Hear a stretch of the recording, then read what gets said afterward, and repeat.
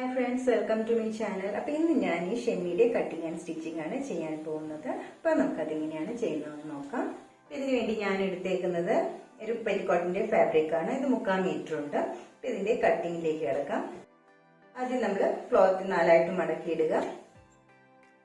ഇതാണ് ഓപ്പൺ വശം, ഇതിന്റെ ഫോൾഡ് വശമാണ്. ഈ ഫോൾഡ് വശത്താണ് നമുക്ക് മെഷർമെന്റ്സ് അടയാളപ്പെടുത്തേണ്ടത്. ഇത് 28, 30, 32 ചെസ്റ്റ് മെഷർമെന്റ്സ് ഉള്ള ഒരു ഷെമിയാണ് ചെയ്യുന്നത്. ഇനി നമുക്ക് ഇതിന്റെ ലെങ്ത് അടയാളപ്പെടുത്താം. ലെങ്ത് വേണ്ടത് 20 ഇഞ്ചാണ്. അപ്പോൾ 20ൽ നിന്നും 1 ഇഞ്ച് എക്സ്ട്രാ എടുത്ത് 21ൽ ഒരു മാർക്കിംഗ് ചെയ്യുക. അതിനുശേഷം നമുക്ക് ഷോൾഡർ മെഷർമെന്റ്സ് എടുക്കണം. ഷോൾഡർ വരുന്നത് 5 ഇഞ്ചാണ് എടുക്കേണ്ടത്. ആംഹോൾ മെഷർമെന്റ്സ് എടുക്കാം. ആംഹോൾ 7 ആണ് വരുന്നത്. അപ്പോൾ നമ്മൾ മുകളിലേക്ക് ഒരു സ്ട്രാപ്പ് വെക്കുന്നത് കൊണ്ട് ആ സ്ട്രാപ്പ് വിട്ടിട്ട് വേണം നമ്മൾ ആംഹോൾ മെഷർമെന്റ്സ് എടുക്കാൻ. അപ്പോൾ 3 ഇഞ്ചിൽ ഒരു സ്ട്രാപ്പാണ് എടുക്കുന്നത്. അപ്പോൾ അത് ടേപ്പ് മുകളിലേക്ക് വെച്ചിട്ട് 7 ഇഞ്ചിൽ ഇനി മാർക്കിംഗ് ചെയ്യുക. ഇത് നമുക്കൊരു സ്ട്രേറ്റ് ലൈൻ വരയ്ക്കണം.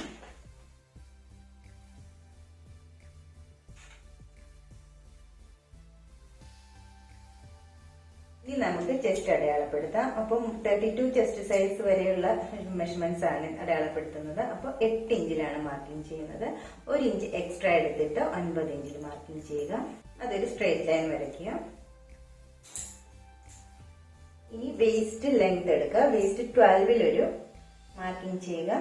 അതിനുശേഷം വേസ്റ്റ് വിഡ്ത്ത് എടുക്കുക. വേസ്റ്റ് വിഡ്ത്ത് വരുന്നത് 7 ആണ് എടുക്കേണ്ടത്.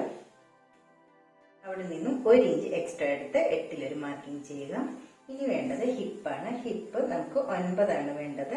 അപ്പൊ നമുക്ക് 10ൽ ഒരു മാർക്കിംഗ് ചെയ്യാം. ഇനി ഈ പോയിന്റ്സുകൾ ജോയിൻ ചെയ്യുക. ഇനി നമുക്ക് ആംഹോൾ കർവ് ഒന്ന് വരച്ചു കൊടുക്കുക. ഇവിടെ നിന്ന് 1 ഇഞ്ചിൽ ഒരു മാർക്കിംഗ് ചെയ്യുക. അതൊരു കർവ് വരച്ചു കൊടുക്കുക. ഈ നെക്ക് വിട്ടാണ് എടുക്കേണ്ടത്. നെക്ക് വിട്ട് 3ൽ ഒരു മാർക്കിംഗ് ചെയ്യുക. അത് ഈ ഭാഗത്ത് നിന്നും നമുക്കൊരു യു ആകൃതിയിൽ വരച്ചു കൊടുക്കാം.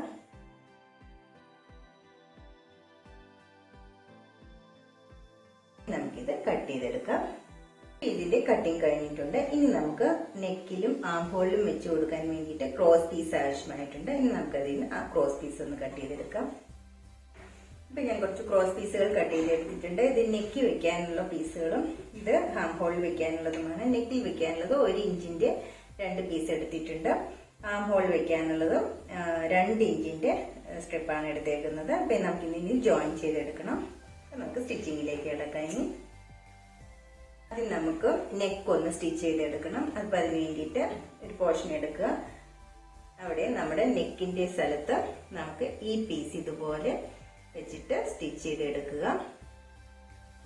അതുപോലെ തന്നെ ഈ പീസിൽ നമ്മൾ ഇതുപോലെ റൈറ്റ് സൈഡിൽ വെച്ച് റോങ് സൈഡിലേക്ക് മറിച്ചടിക്കുകയാണ് ചെയ്യുന്നത്. അപ്പൊ നമുക്ക് ഇതുവഴി സ്റ്റിച്ച് ചെയ്തെടുക്കണം. ഇപ്പൊ ഇതിന്റെ നെക്ക് ഞാൻ സ്റ്റിച്ച് ചെയ്തെടുത്തിട്ടുണ്ട്. ഇനിയിപ്പോ ഇതിവിടെ ചെറിയ ചെറിയ കട്ടുകൾ കൊടുക്കുക.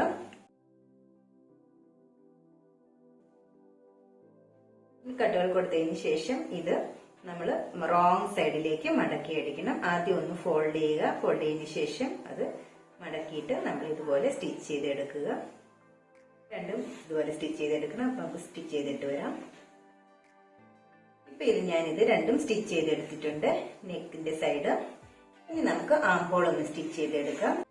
അതിന് വേണ്ടിയിട്ട് 2 ഇഞ്ചിന്റെ ഒരു സ്ട്രിപ്പ് ഞാൻ സ്റ്റിച്ച് ചെയ്തെടുത്തിട്ടുണ്ട്. അത് നമുക്ക് ഇതിന്റെ ഒരു സൈഡില് ഈ ആംഹോളിന്റെ ഈ സൈഡിൽ നിന്നും ഇങ്ങനെ സ്റ്റിച്ച് ചെയ്ത് തുടങ്ങുക. സ്റ്റിച്ച് ചെയ്തതിന് ശേഷം നമ്മൾ ഇവിടെ എത്തുമ്പോൾ അതൊരു പിൻ ചെയ്ത് വെക്കുക. പിൻ ചെയ്ത് വെച്ചതിന് ശേഷം ഒരു 6 ഇഞ്ചിലൊരു മാർക്കിംഗ്, അതായത് നമ്മൾ 3 ഇഞ്ചിന്റെ സ്ട്രിപ്പാണ് വെക്കാൻ ഉദ്ദേശിക്കുന്നത്. അപ്പൊ 2 സൈഡും കൂടി വരുമ്പോൾ 6 ഇഞ്ച് വരുന്നു. 6 ഇഞ്ചിൽ ഒരു മാർക്കിംഗ് ചെയ്യുക. 6 ഇഞ്ചിലൊരു മാർക്കിംഗ് ചെയ്തു. അതിനുശേഷം ഈ അടുത്ത പീസ് എടുക്കുക. അതിന്റെ നല്ല വശമാണിത്. നല്ല വശത്ത് നമ്മൾ ഈ കോർണറിൽ നിന്നും ഇത് ഒന്ന് പിൻ ചെയ്ത് വെക്കുക.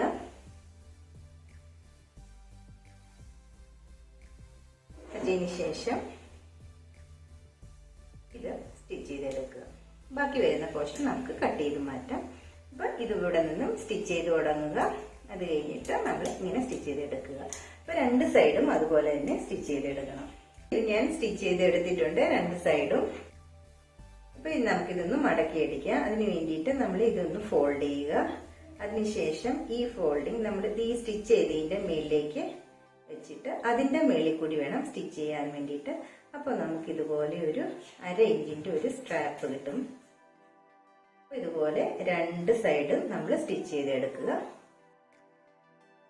അപ്പൊ ഇത് ഞാൻ 2 സൈഡും ഇതുപോലെ സ്റ്റിച്ച് ചെയ്തെടുത്തിട്ടുണ്ട്. ഇനി നമുക്ക് ഈ സൈഡ് ഒന്ന് അടിച്ചു കൊടുക്കണം. അപ്പൊ നമ്മൾ 1 ഇഞ്ച് എക്സ്ട്രാ എടുത്തിരുന്ന ആ സൈഡിൽ കൂടി നമുക്ക് സ്റ്റിച്ച് ചെയ്തെടുക്കാം. അതിനുശേഷം താഴ്ഭാഗം ഒന്ന് മടക്കി അടിച്ചെടുക്കുക. ഇതിന്റെ സ്റ്റിച്ചിങ് കഴിഞ്ഞിട്ടുണ്ട്.